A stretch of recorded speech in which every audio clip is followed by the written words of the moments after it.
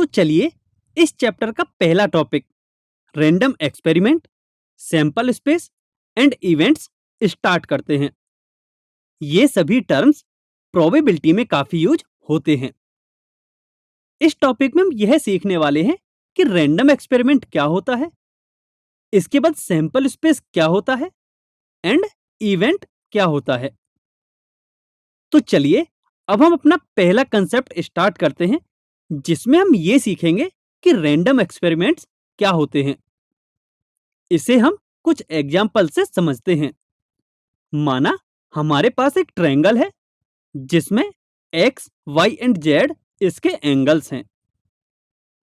अब हमें यहाँ एक्स, वाई एंड जेड की वैल्यू पता नहीं है, लेकिन फिर भी हम यह कह सकते हैं कि x plus y plus z की वैल्यू 180 डिग्री के इक्वल होगी, क्योंकि हम जानते हैं कि किसी भी ट्रायंगल में उसके एंगल्स का सम 180 डिग्री के इक्वल होता है।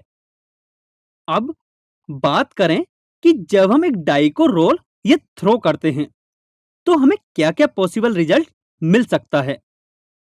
हमें या तो 1 मिलेगा, या 2 मिलेगा, या 3 मिलेगा, या 4 मिलेगा, या 5 मिलेगा, या फिर 6 मिलेगा। तो आप यहां देख सकते हैं कि एक डाई को रोल या थ्रो करने पर हमें 1 से 6 तक का एक नंबर मिलेगा। ठीक इसी प्रकार जब एक कॉइन को टॉस करते हैं तब इस सिचुएशन में पॉसिबल रिजल्ट हमें या तो हेड मिलेगा या फिर टेल मिलेगा। अर्थात एक कॉइन को टॉस करने पर हमें हेड या टेल में से कोई एक मिलेगा। अब इन तीनों एग्जाम्पल्स को हम एनालाइज करते हैं। फर्स्ट में हमें एक्स, वाई एंड जेड की वैल्यूज पता नहीं होने पर भी हम यह कह सकते हैं कि x plus y plus z is equal to 180 degree होगा। सेकंड में डाई को थ्रो करने पर हमें 1 से 6 तक का कोई एक नंबर मिलेगा। अर्थात यहां हम श्योर नहीं हैं कि हमें एग्जैक्टली कौन सा नंबर मिलने वाला है। अब थर्ड केस में कॉइन को टॉस करने पर हमें या तो हेड मिलेगा या फिर टेल मिलेगा। यानी यहां भी हम श्योर नहीं है कि कॉइन को टॉस करने पर हमें एग्जैक्टली हेड मिलेगा या फिर टेल।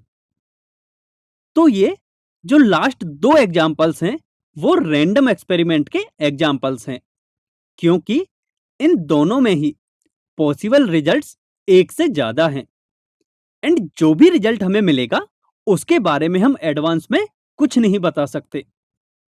सो इन दोनों कंडीशंस को सेटिस्फाई करने वाले एक्सपेरिमेंट्स रैंडम एक्सपेरिमेंट्स कहलाते हैं।